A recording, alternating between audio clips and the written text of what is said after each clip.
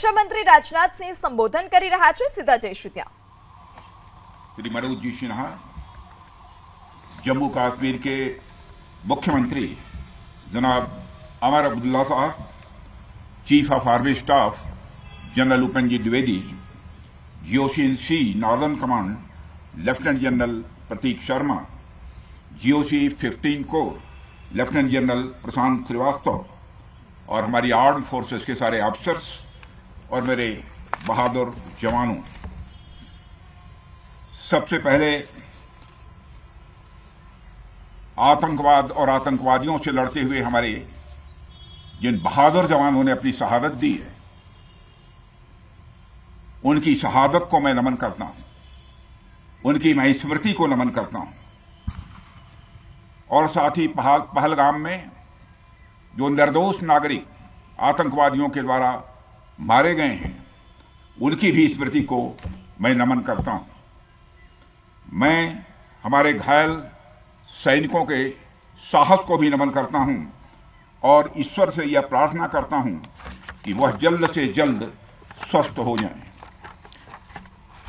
मेरे दोस्तों, इन विषम परिस्थिति में आप सबके बीच आज आकर मैं स्वयं को बहुत ही गौरवान्वित महसूस कर रहा हूं।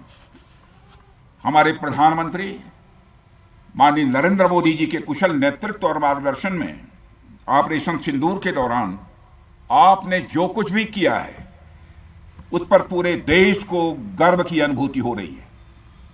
मैं अभी भले ही आपका रक्षा मंत्री हूं, लेकिन उससे पहले तो मैं भारत का एक नागरिक हूं। रक्षा मंत्री के साथ साथ मैं आज भारत के नागरिक के रूप में भी आप सबके प्रति आभार व्यक्त करने के लिए यहां मौजूद हूं। पहलगाम हमले के बाद हमारे जम्मू कश्मीर की जनता ने पूरी एकजुटता के साथ और पाकिस्तान और साथ ही साथ आतंकवादियों के प्रति जिस प्रकार से अपने गुस्से का इजहार किया है, मैं जम्मू कश्मीर की जनता का भी अभिनंदन करता हूं। मेरे साथियों, आपकी उस ऊर्जा को महसूस करने आया हूं जिसने दुश्मनों को नष्ट नाबूद कर दिया है। आपने जिस तरीके से सीमा के उस पार पाकिस्तान की चौकियों और बंकरों को आपने ध्वस्त किया, दुश्मन मैं समझता हूं उसे कभी भूल नहीं सकता। आपने देखा होगा कि आमतौर पर लोग जोश में होश खो देते हैं, लेकिन आपने जोश भी रखा, होश भी रखा और सूझबूझ के साथ दुश्मनों के ठिकानों को आपने बर्बाद किया है। आज मैं यहां रक्षा मंत्री के साथ साथ एक मैसेंजर के रूप में भी आप सबके सामने मौजूद हूं। पूरे देश की शुभकामनाएं, उनकी प्रार्थनाएं और उनकी कृतज्ञता को लेकर आप सबके बीच यहां मैं मौजूद हूं। एक तरह से आप समझिए कि मैं एक डाकिया बनकर आपके बीच आया हूं और देशवासियों का संदेश लाया हूं। संदेश यह है कि हमें हमारी सेनाओं पर गर्व है। साथियों, ऑपरेशन सिंदूर सिर्फ एक ऑपरेशन का नाम भर नहीं है, बल्कि यह एक हमारी प्रतिबद्धता है, यह हमारा एक कमिटमेंट है। एक ऐसी प्रतिबद्धता जिसमें भारत ने दिखा दिया कि हम सिर्फ डिफेंस नहीं करते हैं, जब वक्त आता है तो हम कठोर निर्णय भी लेते हैं और कठोर कार्रवाई भी करते हैं। यह ऑपरेशन उस एक एक जवान की आंखों में देखा गया सपना था कि हर आतंकी ठिकाना, चाहे वह घाटियों में छुपा हो या बंकरों में दबा हो, हम वहां पहुंचेंगे और दुश्मन की छाती चीर कर हम उन आतंकी ठिकानों को खत्म करके ही हम वापस लौटेंगे। मेरे साथियों, ऑपरेशन सिंदूर आतंकवाद के खिलाफ भारत द्वारा चलाई गई अब तक के इतिहास की, मैं मानता हूं, यह सबसे बड़ी कार्रवाई है। 35-40 वर्षों से भारत सरहद पार से चलाए जा रही आतंकवाद का सामना कर रहा है। आज भारत ने पूरी दुनिया को यह साफ कर दिया है, यह स्पष्ट कर दिया है कि आतंकवाद के खिलाफ हम किसी भी हद तक जा सकते हैं। साथियों, आतंकवादियों ने पहलगाम में आतंकवादी घटना को अंजाम देकर भारत के मस्तक पर चोट पहुंचाने की कोशिश की है। भारत की सामाजिक एकता को तोड़ने का भी प्रयास किया गया है। उन्होंने भारत के माथे पर वार किया, हमने उनकी छाती पर वार किया है और छाती पर घाव किया है। पाकिस्तान के जख्मों का इलाज इसी बात में है कि वह भारत विरोधी और आतंकवादी संगठनों को पनाह देना बंद करे और अपनी जमीन का इस्तेमाल भारत के खिलाफ किसी भी सूरत में न होने दे।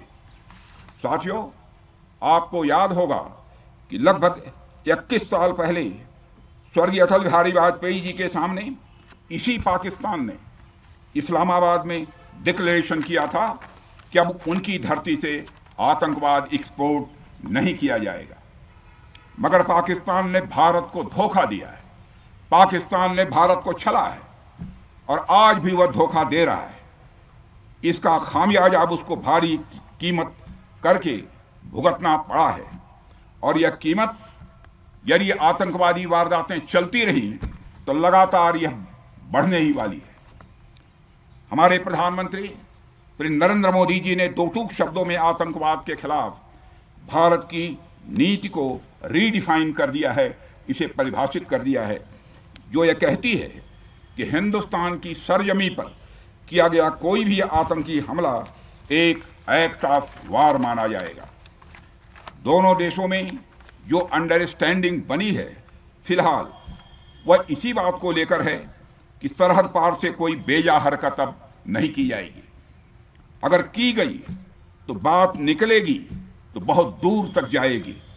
साथ ही हमारे प्रधानमंत्री ने यह भी साफ कर दिया है, आतंक और बातचीत कदापि एक साथ नहीं चलेंगे और अगर बात होगी तो आतंकवाद पर होगी और पाक ऑक्युपाइड कश्मीर पर ही होगी। साथियों, ऑपरेशन सिंदूर की कामयाबी ने पाकिस्तान में छिपे आतंकी संगठनों और उनके आकाओं को भी यह साफ बता दिया है कि वे कहीं भी अपने आप को महफूज और सुरक्षित न समझें। अब वे हमारे बहादुर भारतीय सेनाओं के निशाने पर हैं। दुनिया जानती है हमारी सेनाओं का निशाना अचूक है और जब वो निशाना लगाते हैं तो गिनती करने का काम वह दुश्मनों पर छोड़ देते हैं। साथियों, आज आतंकवाद के खिलाफ भारत की प्रतिज्ञा कितनी कठोर है इसका पता इसी बात से चलता है कि हमने उनके न्यूक्लियर ब्लैकमेल की भी परवाह नहीं की है। पूरी दुनिया ने देखा है कि कैसे गैर जिम्मेदाराना तरीके से पाकिस्तान द्वारा भारत को अनेक बार एटमी धमकियां दी गई हैं। आज श्रीनगर की धरती से मैं पूरी दुनिया के सामने यह सवाल उठाना चाहता हूं कि क्या ऐसे गैर जिम्मेदार और रोग नेशन के हाथों में परमाणु हथियार सुरक्षित हैं? मैं दुनिया के सामने यह सवाल खड़ा करना चाहता हूं। मैं मानता हूं कि पाकिस्तान के एटमी हथियारों को IAEA international atomic energy agency की निगरानी में लिया जाना चाहिए। मैं ये कहना चाहूँगा और साफ तौर पर कहना चाहूँगा।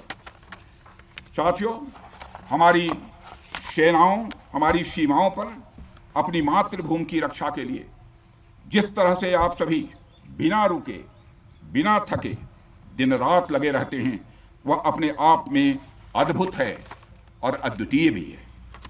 आपकी यही बातें हम सब भारतीयों के लिए मार्गदर्शक का कार्य करती हैं।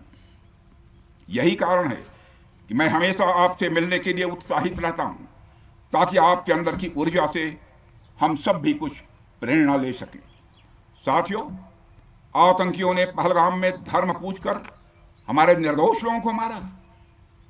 उसके बाद आपने जो जवाब दिया उसे पूरी दुनिया ने देखा है। उन्होंने यह नहीं सोचा कि आम नागरिकों ने उनका क्या बिगाड़ा है, उन्होंने ऐसा क्या किया है कि उन्हें मार दिया जाए। पर मैं यह कहना चाहूंगा, आतंकियों ने भारतीयों को धर्म पूछकर देखकर मारा, धर्म पूछकर मारा, तो हमने आतंकियों को उनका कर्म देखकर मारा है। उन्होंने धर्म देखकर बेगुनाहों की जान ली, यह पाकिस्तान का कर्म था। हमने कर्म देखकर उनका खात्मा किया, यह हमारा भारतीय धर्म है। एक रक्षा मंत्री के रूप में मुझे आप सबको बेहद नज़दीक से वर्षों से जानने का और समझने का अवसर मिला है। मैं आपके साहस और पराक्रम को तो जानता ही हूं, साथ ही साथ पहलगाम जैसी घटना के प्रति आपके गुस्से को भी मैं अच्छी तरह जानता हूं। साथियों, मुझे पता है कि पहलगाम के बाद आपके अंदर गुस्सा था, पूरे देश के अंदर गुस्सा था। मुझे पता है कैसा महसूस होता है जब धमनियों में बह रहा रक्त बेकाबू होने लगे, और मुझे इस बात की खुशी भी है कि आपने अपने गुस्से को सही दिशा देते हुए बड़ी बहादुरी और सूझबूझ के साथ पहलगाम का बदला लिया है। रही बात पाकिस्तान की, तो उसकी बात ही क्या करूं आपसे। वह देश तो मांगते मांगते अपनी जहालत से एक ऐसी हालात में आ गया है कि उसके बारे में यह भी कहा जा सकता है कि पाकिस्तान जहां भी खड़ा होता है वहीं से मांगने वालों की लाइन प्रारंभ हो जाती है। अभी आपने सुना ही होगा कैसे वह फिर एक बार इंटरनेशनल मॉनेटरी फंड IMF के पास कर्ज मांगने गया। वहीं दूसरी तरफ हमारा देश है कि हम आज उन देशों की श्रेणी में आते हैं जो IMF को फंड देते हैं ताकि IMF गरीब देशों को कर्ज दे सके। ऐसी स्थिति में हमारा यह भारत है। रामचरितमानस में स्वामी तुलसीदास जी ने लिखा है, जहां सुमतितः संपत्ति नाना, जहां कुमतितः विपत्ति निदाना। यानी जहां सुमति होती है, अच्छी नीतियां होती हैं, वहां सुख और समृद्धि होती है, और जहां कुमति होती है, बुरी मति होती है, केवल दूसरों के हित की भावना होती है, वहां तरह तरह की विपत्तियां स्वाभाविक रूप से आती ही हैं।